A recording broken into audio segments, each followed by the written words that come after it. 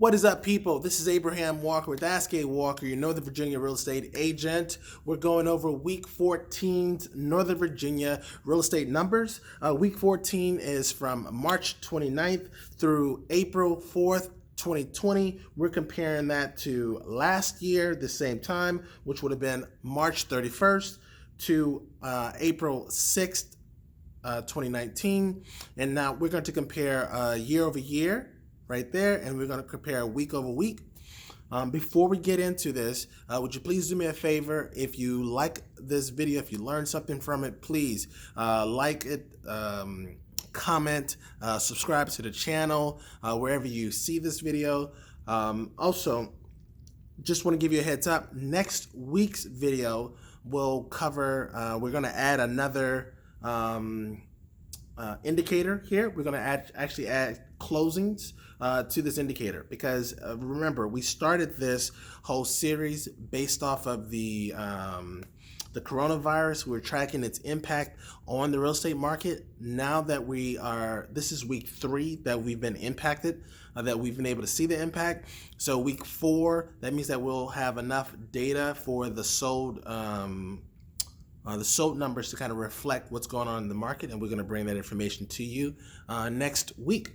Another question I have, a question I have for you is, do you know what Northern Virginia even means, right? Which areas are considered Northern Virginia?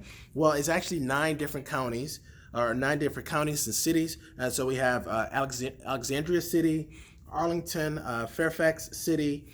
We have Fairfax County, Falls Church City, Prince William County, Manassas City, Manassas Park City, and Loudoun County. This is my question to you. Would you like to see individual videos for those different areas? Because what I can do is I can do an overall video that kind of talks about the Northern Virginia market as like a macro look at the market, and then I can do a micro look at these individual areas. If you would like to see that, please comment down below. Love to hear your thoughts and comments, and then I could put in a work to start crunching those numbers for you and kind of give you a deeper insight into the area that you're either focused or interested in, or the area that you actually live in right now. Okay, so let's get into the numbers. Remember, we are looking at, right now we're looking at leading indicators, right? So leading indicators, this means this is the thing that happens. This is an indicator that happens at the beginning of a cycle, right? And so the way the real estate cycle works is the listing comes on the market as a new listing. At the end of the cycle is a closing, right? The closed listing. Not in the middle, but slightly after the listing is on the market and it's been marketed, we actually have something called a pending, right? Listing. Once it goes pending, then from this time,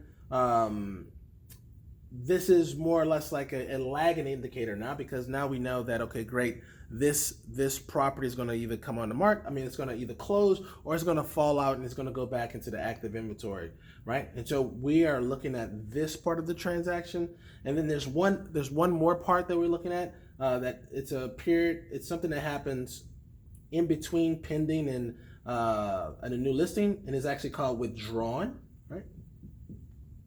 And so when a listing is withdrawn, that's just simply when a seller has decided to take their property off the market, right? And so that's another indication of, okay, great, sellers don't feel comfortable right now with what's going on in the market, so they're pulling their houses off the market. It could be the seller not being comfortable. It could also be the real estate agent communicating that the market is going through some challenges, and we are dealing with the virus. So maybe individuals are pulling their houses off the market because of health concerns. Okay, so let's get into the numbers. I think you're going to find this interesting, but very telling of what's going on, right? So for new listings are down year over year by 32.9%. So really a third if you round up. For pendings, we're down 35.9. And then for withdrawns, in 2019, they had 4 withdrawns. In 2020, for the same week, we had 111. 111. We have a third less new listings that are coming on the market. And one thing that you probably already are aware of, but let's say we have January, February, March, April, May, June, July, right? So let's say that we have the first quarter here, then we have the second quarter here, and then we have a little bit of the third quarter right there, right? So what happens usually is the inventory is still coming down January, February, right? And then it's starting to turn up in March, April, and then it there's like a little cycle that goes here, right? That's what we normally see. And what we're now seeing is actually the cycle used to do this, but right now it's actually going down right here, right? And that is the thing that we originally stated that the virus would cause. It would cause the market to start to shift downward. Now, is that a negative thing? We'll get into that breakdown at the end of the video. Let's look at week over week, right? Because this will tell us if we're seeing a trend going on from the different weeks. So we're down 10.6% week over week for new listings. We're down 14.2% on the pendings, and the days on market. I mean, the withdrawns have actually increased by 18%, right? And so again, this is just showing us that there is a trend, right? There is a trend that week over week, we're seeing the same negative decline, right? And so a negative in both the new listings and pendings is a decline in the market as far as the inventory is getting lower. A positive in the withdrawn also means that the inventory is getting lower, right? So we're getting smaller and smaller inventory. So what does this mean for you as a seller, right? As a seller, this is still going to be a quote unquote a good time for you to sell your property because there's less competition, right? So there's still less competition than any other time on the market. And we're going to actually see that next week when we look at the sold data, because you're going to start to see that we have there's a pattern even with the sales that are happening right now, right? So there's less competition. So we shouldn't really see prices, right? So we shouldn't see prices go down right now. That's not what we should see. What we're going to probably continue to see is that prices will just kind of hold off, even with the unemployment numbers that came in that were shocking, even with the stay-at-home order still being in place. We're still not going to see any negative impact on the sales prices just yet, right? Because inventory is a good indication of whether or not prices will decrease, right? Because if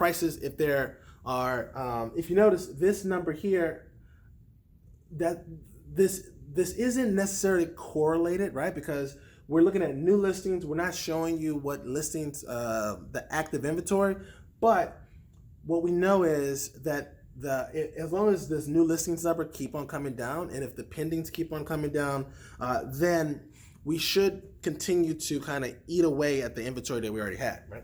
Now, for buyers, what does this mean? This is going to continue this is still going to mean that we have less buyers in the market. If you've been frustrated with multiple offers, then you'll probably have less multiple offers. Not to say that you won't have multiple offers, you'll just be competing with less individuals, right? So this is still going to be less competition, right? Now, this may be one of the few times we'll see less competition on both sides, because we have people coming out of both. We have sellers and buyers both coming out the market at the same time.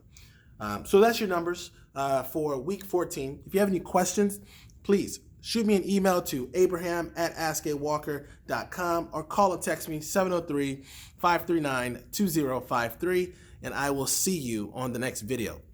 Peace.